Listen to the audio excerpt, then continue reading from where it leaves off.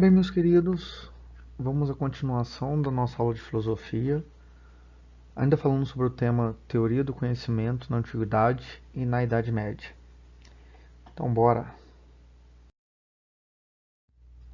Bem, aqui nós vamos voltar um pouco a falar sobre o relativismo. O relativismo enquanto teoria do conhecimento, então como uma forma de prática sobre o conhecimento.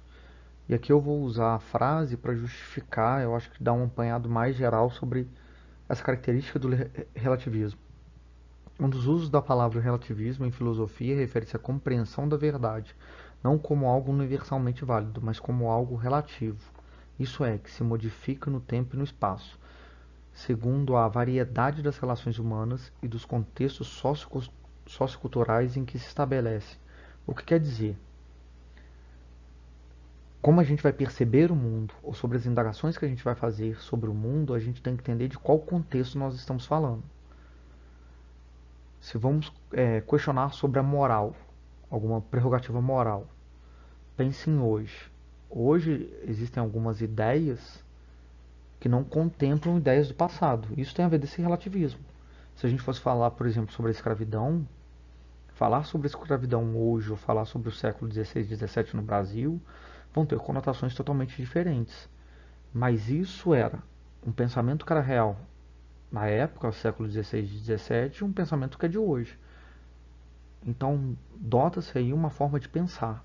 A gente tem um conhecimento, a gente tem afirmações que a gente ganha ao longo do tempo e ao longo das relações. E quando falar das relações humanas, a gente tem que entender que no mesmo período, vamos pensar em 2020, nós temos vários grupos. Grupos, quando eu falo de relações humanas. E cada um vai pensar de uma forma distinta. Então é saber também que cada país, cada estado, vai ter uma conotação muito peculiar e particular para algumas provocações. Se a gente for pensar hoje o mundo falando sobre o Covid-19, quase todo mundo pensa de uma forma. Isso significa o quê? Que diante das relações ele vem algumas relações ditas como mais importante, como algo que deve ser seguido. Em outros casos eles não enxergam dessa forma. Mas isso dá para a gente perceber como que certos grupos formam uma linha de pensar que é muito específica para o grupo, para o tempo e para o local. E aqui eu uso só para destacar essa ideia que anterior aos filósofos, que são a dos sofistas, porque no pensamento deles, eles não queriam conhecer as leis naturais. Então eles não tinham interesse no objeto específico em si, mas eles queriam compreender as leis de convenções do homem. Então, se a gente for pensar as leis de convenções do homem, elas se dão por causa das relações. Então, por isso que essas relações elas vão intermediar algumas formas de pensamento. Por isso que a justificativa das relações, do tempo e dos grupos é importante para entender como que se dá essa perspectiva enquanto um conhecimento. E aí, usando a frase de Protágoras, o homem é a medida de todas as coisas, das que são enquanto são e das que não são enquanto não são, nesse sentido. O homem ele vai intermediar as coisas que traz ele algum aspecto, que ele vai se sensibilizar, ou que ele vai discutir sobre aquilo, ou que vai estar no seu conjunto, no seu meio, e vai excluir aquilo que está fora. Não é da ordem dos homens discutir sobre temas que não fazem parte do seu cenário. E se você não vai discutir, não vai debater, não vai tentar interpretar aquilo, você não tem como criar um conhecimento, uma teoria sobre aquilo, das próprias relações. E aqui eu gosto de usar muito essa perspectiva das leis. As leis mudam porque os homens vão compreender de formas diferentes, em tempos diferentes, algumas atitudes, vão justificá-las enquanto certas ou erradas. Como exemplo, no Brasil, no começo do século XX, não havia lei do divórcio. Então, E quando houve uma grande quebra na sociedade tradicional que a gente tinha vinculado à Igreja Católica. Então, olha, um artifício legal que até então tinha uma compreensão distinta diante de uma época. Hoje já se torna de uma forma mais natural. Ok? Aqui vamos buscar um novo formato no que diz respeito a essas teorias do conhecimento. Aqui nós vamos falar sobre ideias e sentidos. Aqui nós já vamos buscar o que a gente entende como uma filosofia clássica. E aí nós já temos Sócrates negando o relativismo. Por que ele nega esse relativismo? Porque ele tem o desejo de conhecer a essência das virtudes e dos valores. Como dito anteriormente, o relativismo parte muito de como o grupo vai dar determinadas respostas. Aqui não. Aqui Sócrates vai estar querendo ver uma essência. O grupo pode ter certas opiniões, mas qual que é a essência a se julgar aquilo? Tentando usar o exemplo da escravidão. Mesmo que um grupo hoje fale que a escravidão é possível, deveria voltar, ou algo absurdo dessa forma, a questão aqui é entender isso. O que é escravidão e quais são seus malefícios. Então, não é só a sua vontade que sobressai. Então, ele está buscando esses valores que têm um fundo, que tem uma essência.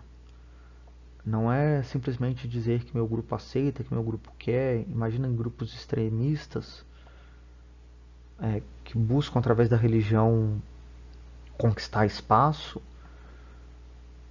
Você sabe que a ação deles motivada pela religião ou de um cunho religioso, para eles é dito como certo, coerente. Mas sabe-se que ao afrontar o outro, confrontar o outro e muitas vezes extinguir a ideia do outro, está errado. Então aqui não, não é mais a vontade do grupo dos indivíduos, mas sim aquela essência. O que é motivado em função desses valores e virtudes desse grupo. Então existe uma essência que é comum aí, que tem em cada ação ela tem uma consequência. E essa consequência ela deve ser observada, mesmo que achando verdadeiro ou falso, mas ela tem um sentido atribuído por ela. Então já vendo que ele já começa a negar essa característica de que cada grupo tem uma fala, cada grupo tem um sentido, cada grupo pode expor sua ideia e pode até se valer em função dessa sua ideia. E Platão se torna um sucessor das ideias de Sócrates e ele usa todo esse desejo de conhecer essa essência das virtudes, dos valores, ele vai começar a questionar essas ideias. Então ele vai começar, para começar a achar a essência, a gente tem que entender o seguinte, que o homem parte de um conhecimento sensível. Qual que é o conhecimento sensível? É como ele absorve o mundo, como ele é motivado nesse mundo. Então, mostrando que esse conhecimento sensível que todos nós temos, ele é muito mais individual, ele atende às nossas vontades muitas vezes, ele atende como nós enxergamos o mundo. E como esse conhecimento é muito individualizado, ele não abrange enquanto essência do todo. Porque se cada um vai ter uma forma de pensar, você não vai achar uma essência. Mas só que nós partimos dessa essência para ter uma busca de uma verdade universal. Como nós incorporamos esse sentido do mundo, pode ser um motivador e um disparador para a gente perceber qual que talvez seja uma verdade mais ampla. E aí, nesse encontro desses conhecimentos sensíveis, dessa forma do homem se expressar, vai se buscando o que seria a verdade universal. Mas por que a verdade universal é muito difícil de achar? Porque aí você precisa de uma superioridade de conhecimento. Seria uma racionalização. O homem teria que ver esse mundo, esse todo, de uma forma racional. Só que como nós, enquanto homens, nós somos suscetíveis ao mundo sensível, isso torna muito longe. A gente pode até chegar a algumas respostas com, com ganho de clareza muito aprofundado, mas ainda assim, para observar essa ideia que a gente conseguiu encontrar, nós somos motivados, nem que seja por um pouco, por esse lado sensível.